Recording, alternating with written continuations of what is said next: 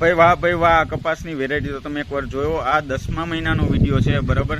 અને 10મા મહિના સુધી આવો લીલોછમ કપાસ એ ક્યાંથી, બરાબર. તો ખેડૂત મિત્રો, શું તમારે જે કપાસ છે એ પાછળના ટાઈમમાં લાલ થઈ જાય છે અને પાંદડા ખરી જાય છે અને આવો લીલો નથી રહેતો? પ્લસ કે જે ઝીંડવાની સિરીઝ તમે એકવાર જુઓ, ઝીંડવાની સિરીઝ પણ બહુ સારી છે, બરાબર. સાઈડની ફૂટ એવી સારી છે.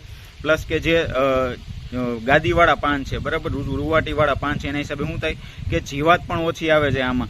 પ્લસ કે જે સિરીઝમાં ઝીંડવું બેઠું છે એમાં 5 પેચીવાળું એક ઝીંડવું, મીડિયમ ઝીંડવું બેસે છે 5 પેચીવાળું, બરાબર.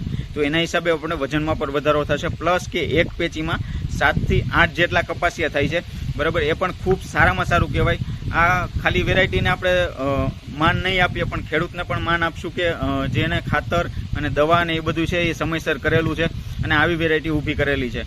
ખેડૂતો જે મહેનત કરે છે, જે એ ખર્ચો કરે છે, એ બરાબર એનું આપણે વળતર પૂરું ગણીએ તો આ વેરાયટી જે ઊભી છે પ્લસ ખેડૂતની મહેનત એ બે ભેગું થઈને આપણે આટલું સારું એવું રિઝલ્ટ આપે છે ને આવો સારો પાક આપે છે. જો તમારે પણ 10મા 11મા મહિના સુધી આવો ને આવો કપાસ ટકાવી રાખવો હોય અને જાણવું હોય કે આ વેરાયટી કઈ છે, બરાબર, તો તમને સ્ક્રીન ઉપર જે નંબર આપેલા છે એ નંબર ઉપર ફોન કરો અને પૂરેપૂરી માહિતી મેળવો. અને પ્લસ કે અમારી જે ચેનલ છે પ્રગતિશીલ ખેતી, બરાબર, એની સાથે જોડાઈ રહો. અમારી ચેનલને સબસ્ક્રાઈબ કરો અને સાથે સાથે અમારી ચેનલને લાઇક પણ કરો અને અમારો વિડીયો શેર કરો.